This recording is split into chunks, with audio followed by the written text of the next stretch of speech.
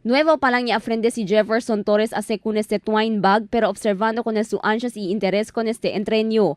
Ele por 2 años como un preso aquí na Zamboanga City Jail y ya tiene caso relataw na droga prohibido.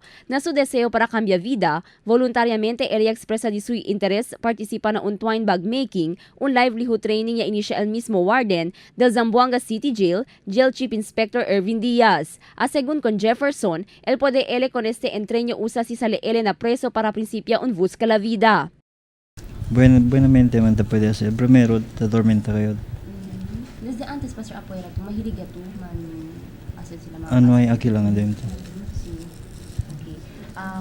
Sa produkto to sir pwede ase. Este parang wallet, So ako kanto diya sir ara. akados. Na mas de 2,000 presos na Zamboanga City Jail, 20 días to se escogi para incluir na 3 días entreño.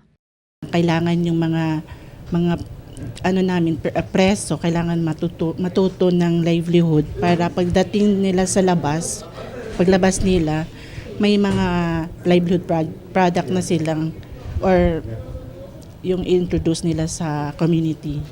Nauso na mga plastic amaro ta produsi mga inmates diferentes produkto como el sombrero, bag y wallet.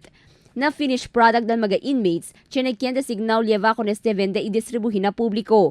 Ganansya na venta del kada produkto, taginda porsyento ng mga inmates kenya ase con el produkto.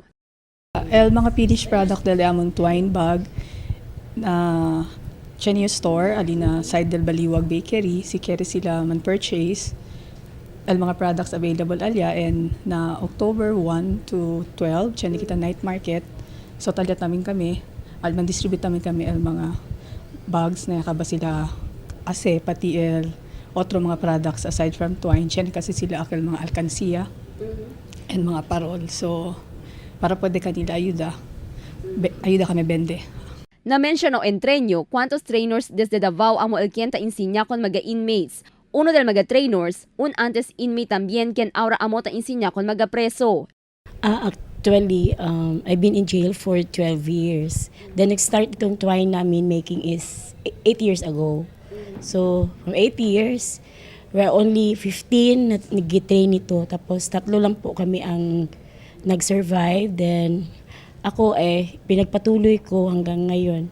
Then, actually, last June 1, I was acquitted with my case. So, ang aking advocacy is to train and to sustain the needs of my co-inmates before.